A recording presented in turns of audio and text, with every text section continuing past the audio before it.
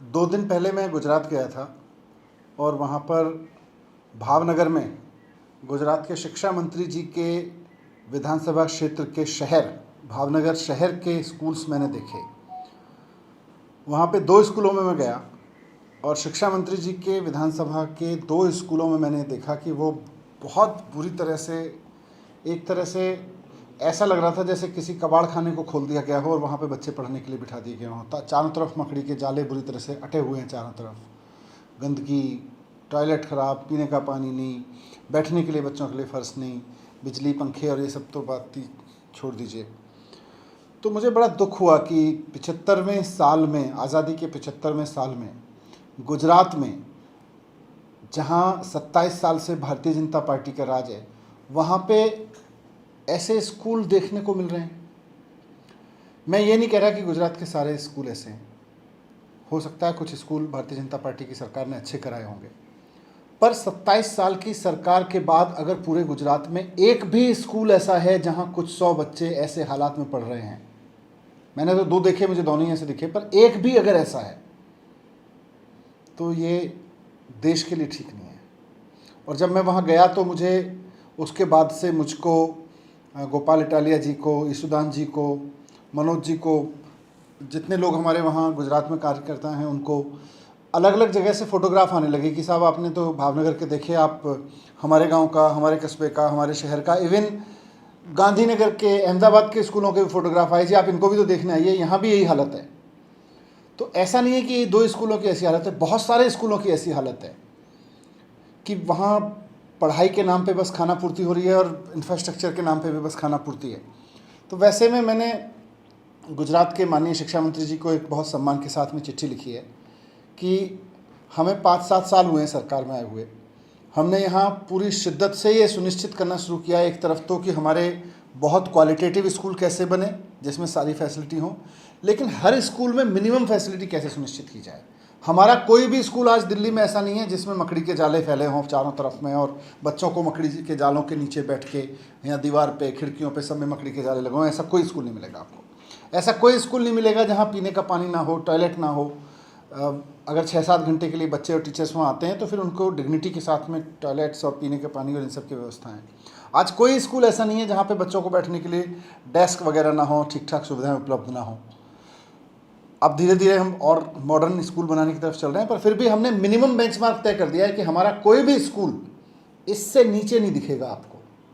पर गुजरात में जब मैं स्कूल देखने गया तो ये तो बहुत आश्चर्य था कि चारों तरफ टूटे फूटे स्कूल, और अब खूब सारे फोटोग्राफ आ रहे हैं मेरे पास गुजरात के अलग अलग कोनों से, देखो जी हमारा भी स्कूल ऐसा है, हमारा भी स्कूल ऐसा है। ऐसा नहीं है कि ये कुछ स्कूल हैं, बहुत सारे स्कूल ऐसे हैं। क्यों हैं 27 साल के बाद?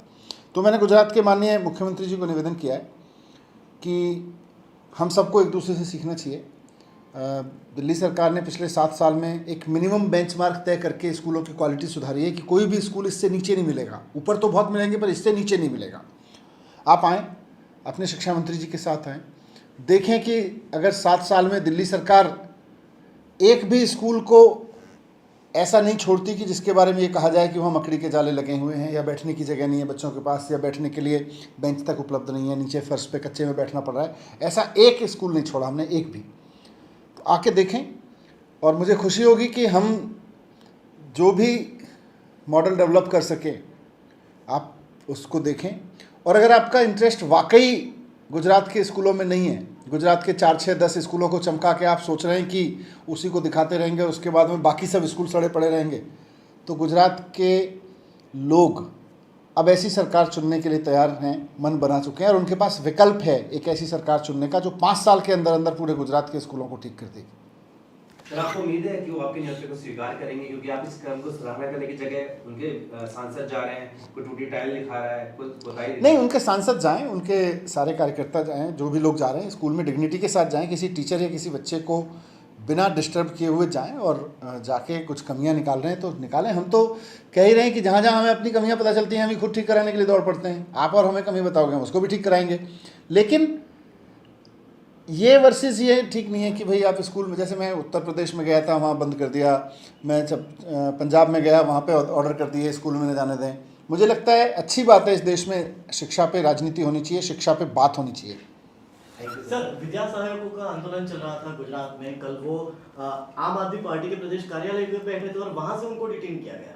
उस मामले में क्या? विद्या सहायकों को सरकार ने हायर किया है। विद्या सहायकों की जो मैंने अभी तक मांग सुनी है, थोड़ा अखबारों में पढ़ा है, मैं मिलूँगा भी उनसे। मैंने विद्या सहायकों के बारे में सुना है कि वो ये कह रहे हैं साहब जितनी वैकेंसी है, जितनी पोस्ट खाली पड़ी हैं आपके पास, उन सबको निकालो ना। आप पोस्ट तो खाली पड़ी हैं 100, आप एडवर्टीजमेंट या प्रोसेस शुरू करते हो 10 भरने के लिए, आप 100 की 100 भरो ना। आपके पास जब नौकरियां खाली पड़ी हैं तो आप सबको भरो। आप 100 की जगह आप 10 क्यों निकाल रहे हो? वो बेचारे ये कह रहे हैं, उनको उम्मीद है। पर मतलब यहीं आके सवाल हो जाता है, स्कूल ख़राब पड़े हैं।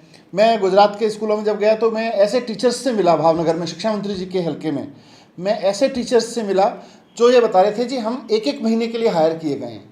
अब एक तरफ आप 1 महीने के लिए टीचर हायर कर रहे हो, उसको ये नहीं पता अगले महीने वो नौकरी पर रहेगा कि नहीं रहेगा। एक तरफ आप विद्या सहायकों को परेशान कर रहे हो और विद्या सहायक आपसे कह रहे हैं साहब जितनी आपके पास पोस्ट हैं, जितनी वैकेंसीज हैं, उनको भरो तो सही। जी सर, मेरा सवाल ये था कि उनको उनके आंदोलन स्थल पे बैठने नहीं दिया। वो बैठे थे आम आदमी पार्टी के, मतलब किसी पार्टी के प्रदेश कार्यालय पे बैठे थे और वहां से उन्हें डिटेन किया गया। उस मामले में क्या? तो गलत है ना ये। विद्या सहायकों की तो सरकार को बात सुननी चाहिए, उनकी बात माननी चाहिए।